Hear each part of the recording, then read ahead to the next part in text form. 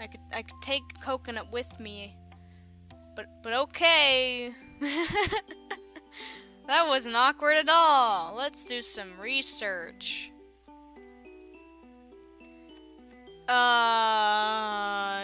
Okay, I'll research 5. Time to round up some rowdy kitties.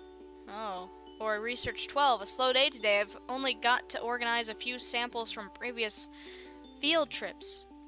It's freaking me out that organize is spelled with an S and not a Z, but I'm not gonna worry about it too much. Today I'm off on a field trip of sorts with the professor. I can't wait to see what he's planning to show me. Okay, so we can either do cat collection, catalog, samples, or field work. I'll do cat collection, because I clicked on it first. I like the number 5. 5 is my lucky number after 9 and 7. It's a sunny afternoon. Most of the cats are lazing on the beach. Perfect! I'm going right to the beach again. Okay. Like shooting fish in a barrel. I double-check my supply list. Crate, treats, sedatives, snare, catnip, antiseptic cream for myself. I've got everything. I have a sick feeling in my tummy, but I ignore it as best as I can. This is going to be a challenge, but I'm pleased the professor is trusting me with the more physical tasks. I walk out onto the beach, feeling like the child catcher. The child. What the heck's the child catcher? Hey, Suri.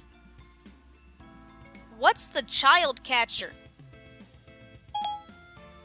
The child catcher is the supporting antagonist of the film Chitty Chitty Bang Bang and in the later stage musical adaptation. Do you want me to keep reading?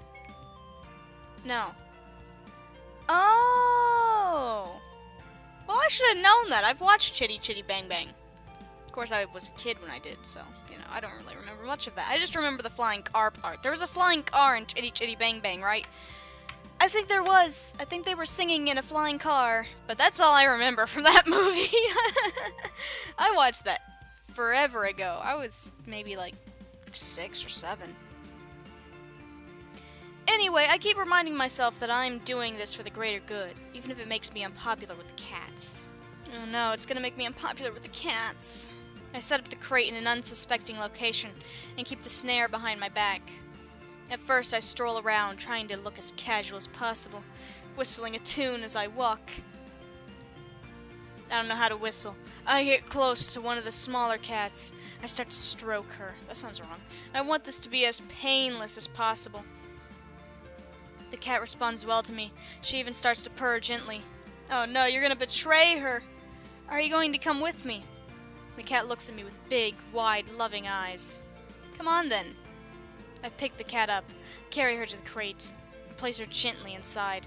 I lock it shut, even though the cat makes no attempt to escape.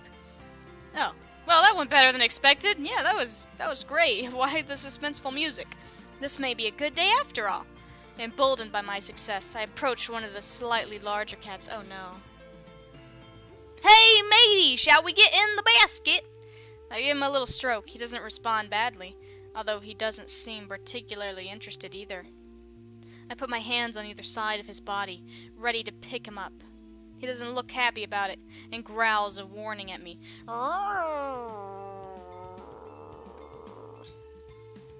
Hey, mister, it's gonna be okay. We're just going on a little trip, alright? As soon as I start to lift, all H-E-L-L breaks loose, yowling and hissing. He scratches my arms to ribbons. I scared my cat by doing that. Go back to sleep. It's okay. It's just a bad dream. I try to get him into the basket, but he stretches out, and I can't fit him in. Just shove him in. Ow, ow, oh no. I know when I'm defeated, and I have to let him go. He scarpers off into the distance. I look down at my ravaged arms. Oh no, not again. Note to self, wear long sleeves when on caging duty. Yeah, and gloves. And gloves. Did I do good? Did I do good? Ooh, look at that, 2.8%. Nice. What's a recon? I don't know, I'm gonna do more research, because I want to do good on the antidote. I want to go on field work. Professor, take me on a field trip! Teach me everything. More suspenseful music. Actually, sounds kind of sad, almost. Professor Popper told me to be ready early and dressed for hiking, as we're doing field work this morning. I'm not sure that I have anything that would pass for hiking gear, to be honest. Some sturdy shoes would be good. Oh well, lab coat and trainers it is then, as usual. A message from the professor lights up my catalog. It lights up my life. Set to go, I'm waiting outside my tent. Professor Popper and Snooty Booty are having like the same kind of voice, and that's kind of creepy. But whatever, that's okay. Ah, Jobst, are you ready for our field work today? Yes, of course, Professor. May I ask, where are we going? Where are we going? Grandma's house! Why did that come to mind? It's because I mentioned Dora earlier. Not sure if it was in this episode, but it was in this recording session. Somewhere I think you'll find very interesting. Grandma's house? The professor hands me a backpack. Here, take this bag. It's very full, but surprisingly light. Oh, okay. Popper has set off at a brisk pace, calling back over to me over his shoulder. You know, it's not fair that you run away when I have all the stuff. This way! I run to catch him up. Catch up with them. After some serious walking with me struggling to keep up, the professor stops abruptly and listens. Do you hear that? There's a distant sound of bubbling water. Ooh, nice. I can hear it. We're almost there. Secretly, I'm relieved, as I don't think I could go much further. Wow, I am weak. Just a little climbing. Climbing? I had my dismay. Where does he get his energy from? Yeah, where does he? He's old. He's old. He should be more tired than I am. It's just at the top there. It's not as difficult to climb as it looks. We are in front of an almost vertical rock face. Okay. Are you my aunt? She's the one who does all this active stuff. Just copy me. He clambers up expertly. Oh no, I'm gonna climb and fall on my death. I managed to find a spot that will support my foot and start the climb. Are we not using, like, rock climbing gear? Oh well, whatever. I make little progress before slipping and falling flat on my bum. I try again. This time I take it slow. Again I fall. What happened to the benefits of catification the others keep going on about? The professor notices I'm having trouble and holds a hand out for me. I manage to climb up just enough to take hold of him, and he lifts me the rest of the way. His strength is impressive. Curious, even. He's the werecat! Not a fan of climbing, eh? Can't say I've done much of it, Professor. Come along, then. I can get you there. He pretty much pulls me all the way to the top. God dang. And then leads me to the entrance of a small cave. The sound of running water is very loud now. Ooh, it's a river! I instantly see why. A natural spring, a natural spring, not a river, has cut its way through the rock and created a beautiful cascade of sparkling clear water. It looks delicious! Let's drink it! I kneel down without thinking and begin to drink. It tastes amazing. As I come up for breath, I see the professor looking at me with suspicion. Suspicion? You should know better. It is never wise under any circumstances to ingest something that is unproven, but here on this island it would be prudent to exercise more caution than usual. Looks fine to me! Oh no, it turns out the water was irradiated. Now I'm a mutant. Oh well, stuff like that happens. But hey, now I've got superpowers, so it's all good. I feel embarrassed at my lack of consideration. Yes, of course, sir. I wasn't thinking. I felt so thirsty and it looked so good. I do understand. Many have made the same error. Fortunately for you, this is tried and tested for safe consumption.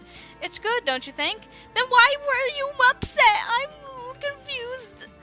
My body feels suddenly re-energized. I feel like I could climb any wall. It's incredible. I feel fantastic. What's in it? Radiation. Radiation poisoning. We don't know. That's why we're here. We need more samples. We've been studying this water for months now, and we still know very little about it. Check your bag. It's got steroids in it. That's why you were able to climb up this mountain. I open my bag. It's full to the brim with empty plastic bottles. We'll need to fill up all of these with water. We're going to need as much as we can carry.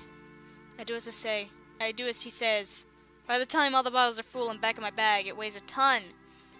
Oh, they spelled ton with an N and an E at the end of ton? I didn't even know that. Well, you learn something new every day. But I feel like I can lift anything. The effect of the water is powerful. The professor has also packed his own rucksack with bottles. Oh, okay, so I wasn't carrying everything. I feel a bit better now. That should do for us for now. Let's get these back. As we make our way down the rock face and back to camp, I have no problem keeping up with the professor. I feel I could run all the way. I told you it's steroids! Holy frick! However, as we get closer to home, I start to feel the effects wear off. My bag becomes unbearably heavy. The final limp into camp is torture. I need to rest. Oh well, at least I did it. Woo! Go me! Da da da. Hey look, 4.2% on that antidote. Let's do some romance. Because, you know, why not? You're looking a little tired. You only have one heart remaining. If you choose to continue, it could have negative consequences.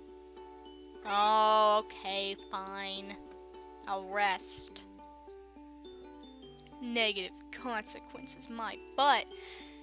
You had a lovely nap and woke up feeling revitalized. Your energy has been restored. Magic! But now is it day 2? Am I one step closer to becoming a cat? I don't know, it didn't say there's like a day 2 or anything. Alright then. Suspicious! I'm gonna go romance some cats now. Should we do Snooty Booty some more? Oh. Oh, I'm sorry, McMurphy. I broke his heart. Oh, I feel bad now. I liked him more anyway. I only didn't choose him because it was hard. I couldn't do his voice. Because he's supposed to have an Irish accent. I don't know how to do that. So I gave him a dumb voice. Oh well. I guess we can only romance Snooty Booty now. Not that I mind too much, but it would have been nice to see what McMurphy was up to. But whatever. Snooty Booty? Snoots? I've been searching for the Sphynx for what feels like ages. For a cat that never seems to move. She's surprisingly difficult to find. I am answered, eventually, by an unintelligible murmur coming from the shade of a nearby tree. Of course, she's sleeping, just like my cat's doing right now. Both of my cats. Actually, just one of them. I don't know where the other one is. The other one disappeared. But one of my cats is asleep on the couch. Snooty Booty? I poke at her gently to try and rouse her. Oh, don't be rude. We can come back later. I have something for you, a gift, as it happens. Oh, human, it's you. Whatever are you doing up and about at this time? It's midday, Boots. It's midday? Wow, I did all of that in the morning? Snooty stares at me, uncomprehendingly.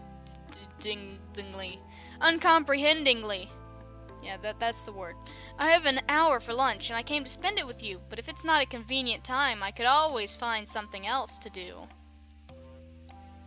Wait, you mentioned a gift? Well, yes, I suppose. I had the idea when we were drinking. Well, when you were drinking from the coconut. I fetched it for you the other day. I took some of the remaining coconuts over to the lab and cooked up some coconut oil. Instead of drinking from one, like I wanted to, but whatever. Oh, the coconut oil! It can be used for your skin. Great. I understand. Snooty Booty opens her mouth wide. That's gotta look awkward for a cat. I sit awkwardly, staring at her, unsure what exactly she's doing. Maybe she's stuck in one of those, like, you know how cats, like, they sometimes just open their mouth for, like, no reason to, like, get a scent? Or perhaps she's stuck in, like, mid-yawn and is trying to yawn but can't. My cat has done that before, too. Or she's shocked, you know, whichever. Well, I'm ready to break my fast, human. No, it's not for eating. It's hard sometimes to know whether to laugh or spit with this spoiled feline. No, Boots, this isn't for eating. You mentioned how good drinking coconut water is for you, so I thought you might like some coconut oil to rub into your skin. Keep you moisturized and youthful. Aren't you terribly clever? I can't help but blush. Snooty Booty rarely compliments anyone, so I feel honored. You may begin. Oh. I'm gonna rub a cat with oil. This isn't weird or anything. Oh, so what did you do this Valentine's Day, Ghost?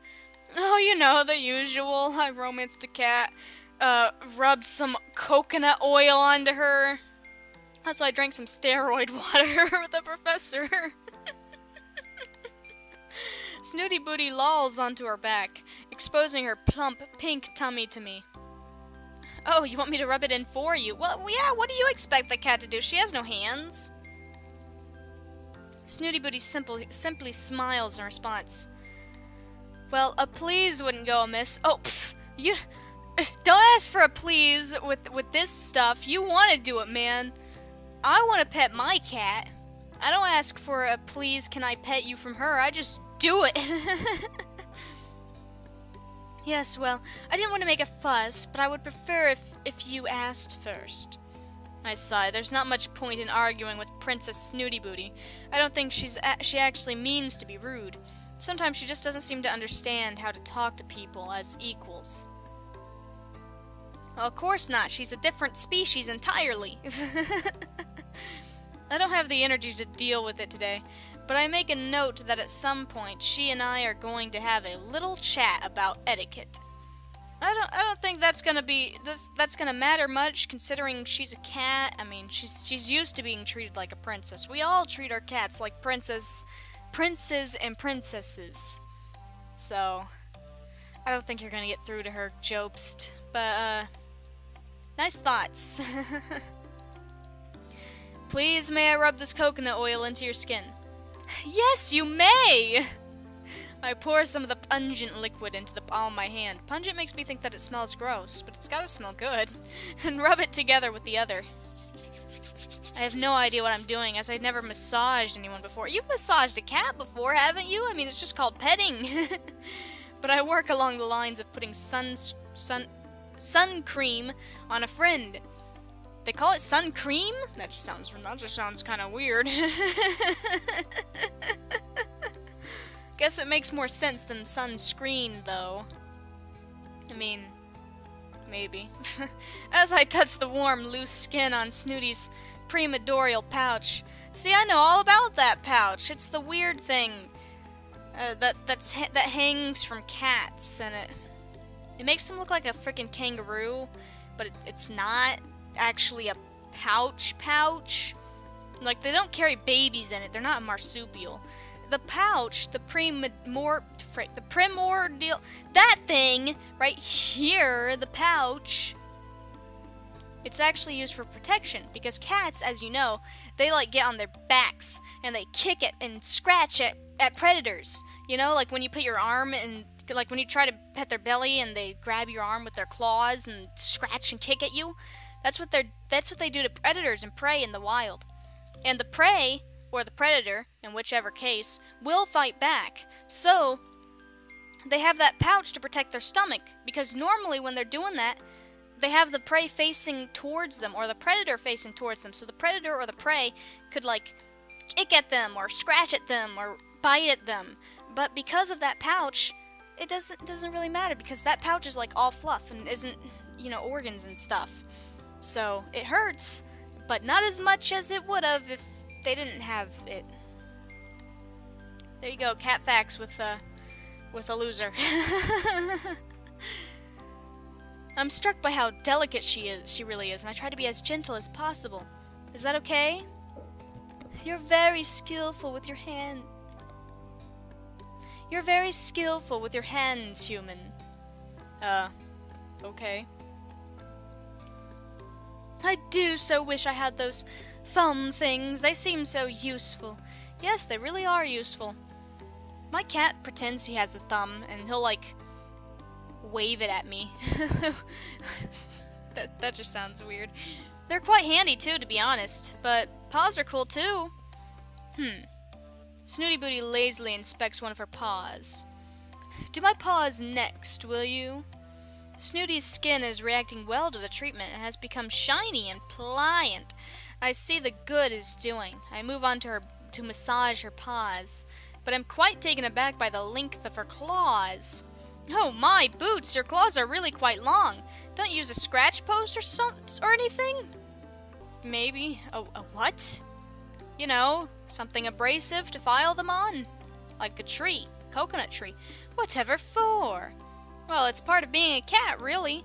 Stops them catching on things. Snooty Booty is peering at me with one judgmental eye open. Caught on what exactly? Yeah, she doesn't live in a carpeted environment. Oh, I don't know, Snoots. Don't worry about it. I'm sure it's fine. Oh no, do go on. I'm intrigued. You seem to be implying that there is a degree of neglect in my grooming.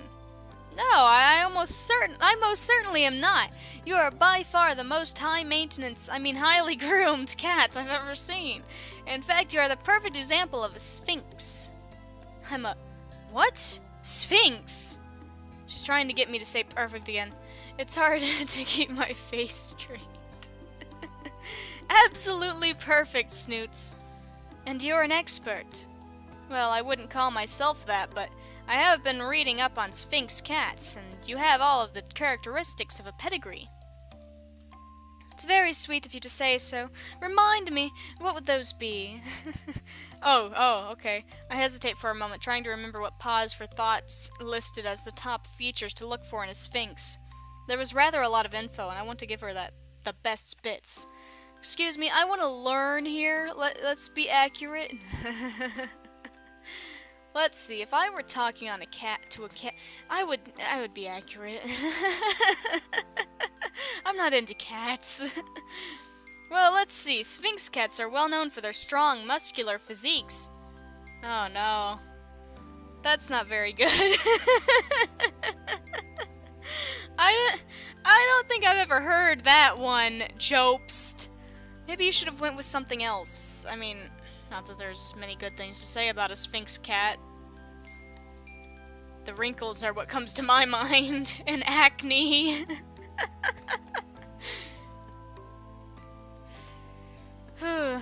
Snooty Booty stares silently. She's obviously engrossed, so I continue. Okay, maybe she's into it. She likes being called muscular. Which is counterbalanced by their... oh, that's your voice. Which is counterbalanced by their little pot bellies. Oh no. She shifts a little, stretching out her torso. And you're of the opinion that I fit this description? Perfectly. I noticed how cute your pot was. Your pot was. When I was massaging oil into it. The texture, too. I recite the sentence word for word. Although saggy in appearance, the texture of the Sphynx is surprisingly firm and rubbery to the touch, not unlike a hot water bottle. I don't know the feelings of either of those things, but okay. She blinks slowly. I imagine this is so interesting for her. I don't know. I mean, she's blinking slowly. That's a sign that the cat likes you. So, maybe she likes it? Also, because they don't have fur to soak up excess oils, they have a tendency to be greasy and need to be periodically patted down with a cloth. Yeah, there's that too. Dots. The manual also goes into great detail about the very unique personality of the Sphynx. And I'm sure you remember every word of that, too? Absolutely! They're incredibly antisocial with other domesticated animals, yet extremely affectionate, even needy with humans, demanding attention at all times. Yeah, that fits Snooty Booty pretty well. Oh, that's just ridiculous! Yeah, I know, the affectionate part was a bit wide of the mark, but otherwise, it's spot on! Great. Oh yeah, I almost forgot. It said they grow patches of downy fur in the colder months. Is that true? They do? I've never heard that either. Oh, I need to look up pictures on that. I've never seen a Sphynx cat with like fur on it. You may stop now. Okay, I guess she didn't like that many facts. Her mood seems to have worsened. Oh, good going, me. You okay, Snoots? Actually, I'm rather concerned for my overgrown claws. Huh? Well, there is little I can do about being a pot-bellied hot water bottle, but I can at least keep my claws neat.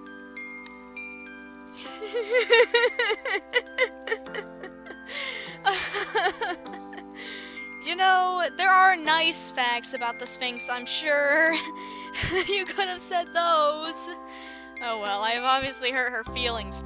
Maybe the descriptions weren't that flattering now that I think about it. Yeah, what were you thinking, Jobst? Maybe I could help with that? Go on. How about I give you a manicure? Manicure? Well, it can't hurt, I suppose. Tomorrow, then. I'll be here in my lunch break. You know, don't look at her like that. Back away, Jobst. I need an adult. You know, Snoots, you're the most beautiful, aristocratic cat on the island.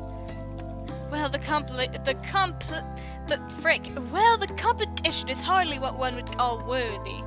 Oh, I don't know. The elders can be quite fetching in the right light. I am not Jobst. This man? That's why his name is Jobst, not Ghost, because he ain't me. Don't take any of what he says as my intentions, because they ain't. In spite of all her efforts to hide it, I catch the glimmer of a smile before she curls up to sleep. I don't think she can smile, but okay. Whatever floats your boat, Jobst. Whatever makes you happy. Alright, well, talking for that long hurts my throat, so I'm gonna take a break. That's the end of this recording session. I hope you enjoyed. We're romancing Snooty Booty, because why not? And, hopefully we can do the antidote thing and stuff. So anyway, that's all for this time. Bye.